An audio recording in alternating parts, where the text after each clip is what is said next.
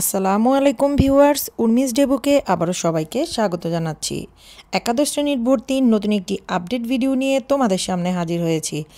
আজকের ভিডিওর আপডেট হচ্ছে কলেজ ভর্তি বিজ্ঞপ্তি আপডেট 2025-এর একাদশ শ্রেণীর ভর্তি 2025-26 শিক্ষাবর্ষের সম্ভাব্য তারিখ ও আবেদনের ক্ষেত্রে করণীয় কী এ নিয়ে বিস্তারিত।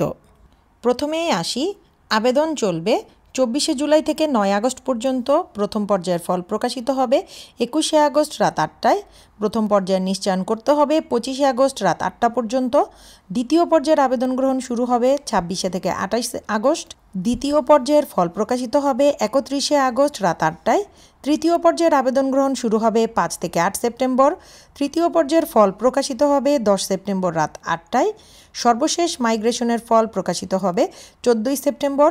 ভর্তি শুরু হবে 15 থেকে 28 সেপ্টেম্বর এবং ক্লাস শুরু হবে 30 সেপ্টেম্বর। যা যা লাগবে আবেদন করার জন্য: এসএসসি পাশের রোল, রেজিস্ট্রেশন নম্বর ও সাল, সচল মোবাইল নম্বর, কলেজের পছন্দক্রম অর্থাৎ চয়েস লিস্ট। আবেদন ফি 220 টাকা, যা বিগত বছর ছিল 150 টাকা।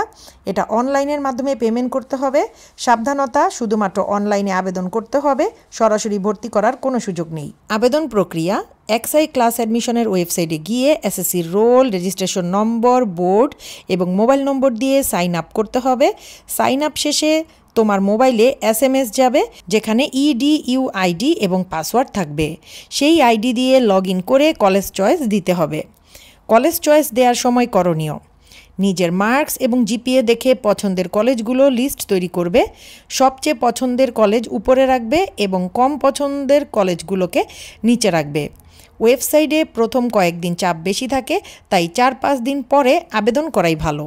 কলেজ চয়েস সংখ্যা: সর্বনিম্ন 5টি কলেজ এবং সর্বোচ্চ 10টি কলেজ তুমি চয়েস দিতে পারবে এবং পছন্দক্রম পরিবর্তনের ক্ষেত্রে সময়ের মধ্যেই আবেদনকারী 5 বার পছন্দক্রম পরিবর্তন করতে পারবে।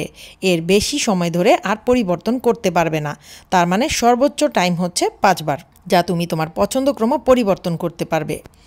তাহলে তোমরা এতটুকু বুঝতে পারলে যে একাদশ শ্রেণীর ভর্তির ক্ষেত্রে সম্ভাব্য তারিখ ও আবেদনের ক্ষেত্রে কী করণীয় তার বিস্তারিত। আবারও নতুন আপডেট নিয়ে তোমাদের সামনে হাজির হয়ে যাব। তাই বিদায় নিচ্ছি। আল্লাহ হাফেজ।